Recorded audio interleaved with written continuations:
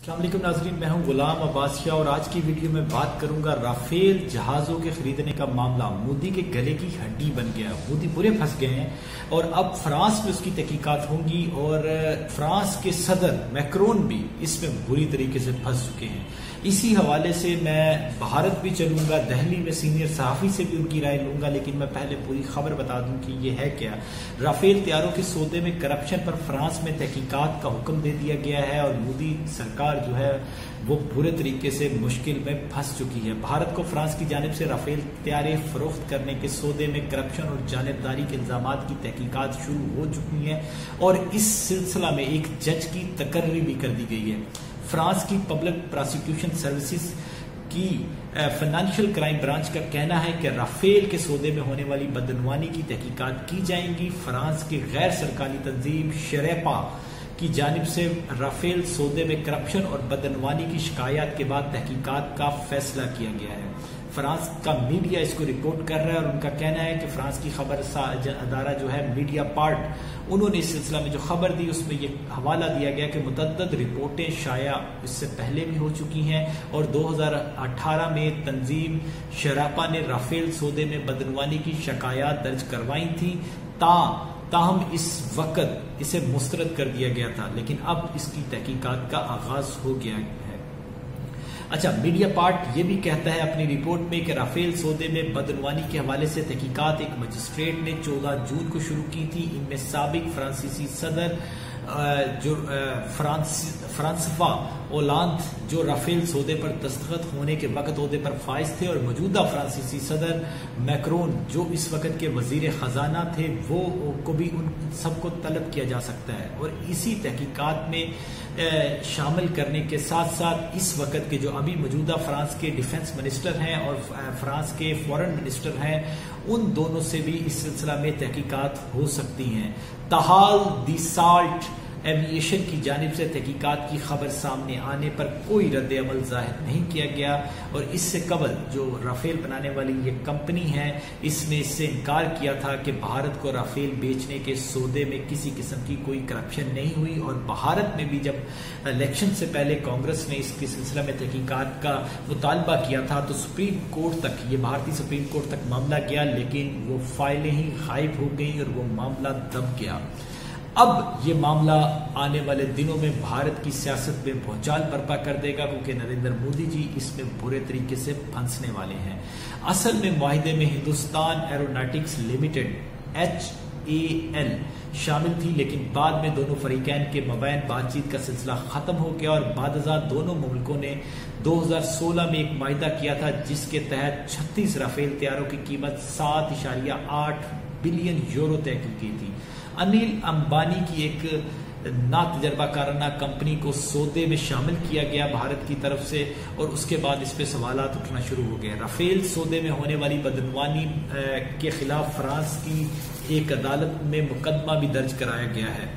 अच्छा, इसके साथ साथ रवां बरस 22 अप्रैल को पेरिस की जो जुडिशल कोर्ट में मोदी हुकूमत और फ्रांस की दी साल्ट एविएशन के मबैन 36 राफेल तैयारों के हवाले से तय पाने वाले सौदे के खिलाफ एक शिकायत दर्ज कराई गई थी और फ्रांस का मीडिया ये रिपोर्ट कर रहा है कि भारत के साबिक वजीर आजम मनमोहन सिंह की हुकूमत के जरिए 126 राफेल जंगी तैयारों की खरीदारी के लिए फ्रांस की कंपनी दी साल्ट को टेंडर दिया गया था, जिसमें हिंदुस्तान एरोनॉटिक्स लिमिटेड और उसके साथ साथ मैं आपको जो बता रहा हूं उसके साथ साथ इससे नरेंद्र मोदी के करीबी दोस्त, उसके बाद पहले उनको टेंडर मिला था लेकिन मोदी हुकूमत के आने के बाद HAL की जगह अनिल अंबानी के को इसमें शामिल कर लिया गया और हिंदुस्तान की कंपनियों को तकरीबन 4 बिलियन यूरो की ऑफ कॉन्ट्रैक्ट का फायदा हुआ। राफेल सौदे में करप्शन सामने आने के बाद अब कांग्रेस की जमात की तरफ से भी तहकीकात का दोबारा मुतालबा किया है।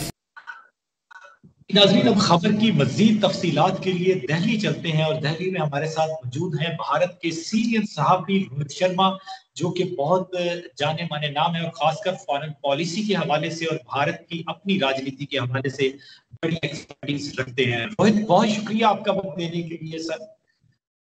नमस्कार।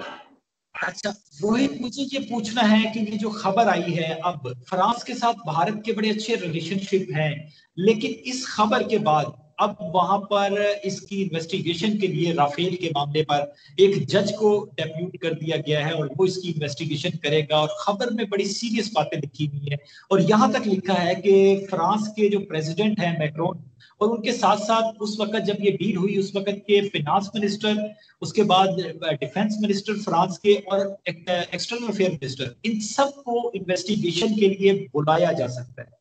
ये नरेंद्र मोदी जी के लिए कितना बड़ा झटका होगा या कितनी बड़ी, आप इसको किस तरीके से देखते हैं कि ये कितनी बड़ी बुरी खबर है उनके लिए?